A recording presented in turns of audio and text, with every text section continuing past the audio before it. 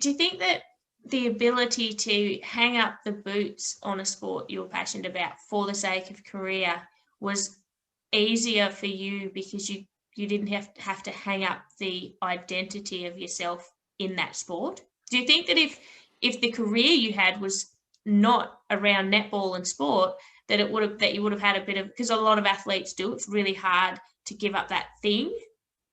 Yeah, that's a really good question, because I think I really struggled with my identity outside of my sport, regardless of being a player or a coach. So one Right. of my toughest experience was 2017, 2018, when I was the head coach of the Adelaide Thunderbirds, and I was a 31-year-old rookie head coach, and Adelaide at the time was, in all due respect, at rock bottom, and they were really struggling with resources, funding, and player retention and recruitment was really, really difficult. And so we finished 8th both seasons, and I had a 2-year contract, saw that contract out, and then moved back to the UK.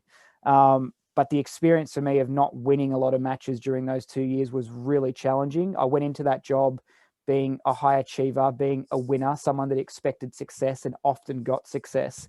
So on the flip side, when you have loss after loss after loss, and you're basically spending 2.5 years on survival mode, it can be really quite confronting. And I was living in Adelaide, where I didn't really have a social network. I had no family or established friendship groups in the city.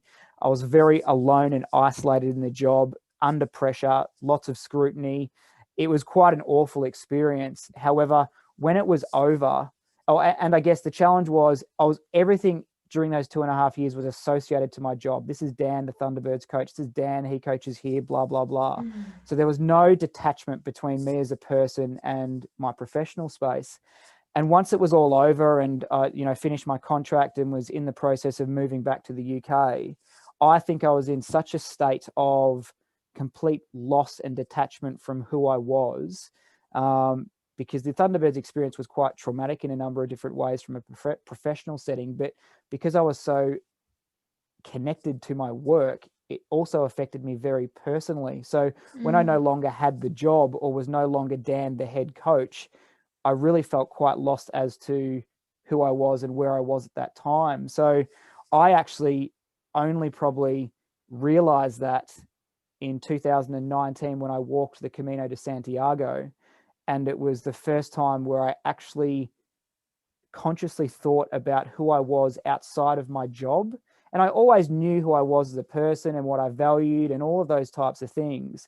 But when you really get to deeply understand yourself and detach everything away from the external as to who people think you are, it's a really important life lesson to experience, because it actually made me realize I'm Dan Ryan first, and I'm this, and this.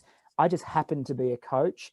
And a lot of people think they know me, but they only know me as the coach based on what they see or what they think they see. So that was a really important life lesson for me, because it also made me understand too, around coaching in high performance sport, which is a cutthroat industry. It's ruthless. If you don't win, you are out. And that's basically how the job works. And you accept that.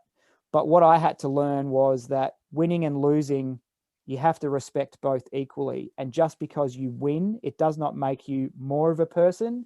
And just because you lose, it doesn't make you less of a person. And because for me, I probably had so much of my identity and self-worth attached to my high-profile jobs and my results and my success, I actually probably spent a lot of years not putting the work into investing into who I was as a human being without all of those external things. So that identity piece is so important in sport. And I totally understand how retired athletes can lose their way and all those types of things and have their struggles with mental health, because I think most of us have been there in some capacity. It's just, do we have the tools to navigate our way through those challenges? And at the end of the day, we're all human beings, and we're not defined by our job title or how good we are at our job. It's just what we happen to do for a living. So, and we may be passionate about it and very invested, but there's much more to each of us than what we do every day.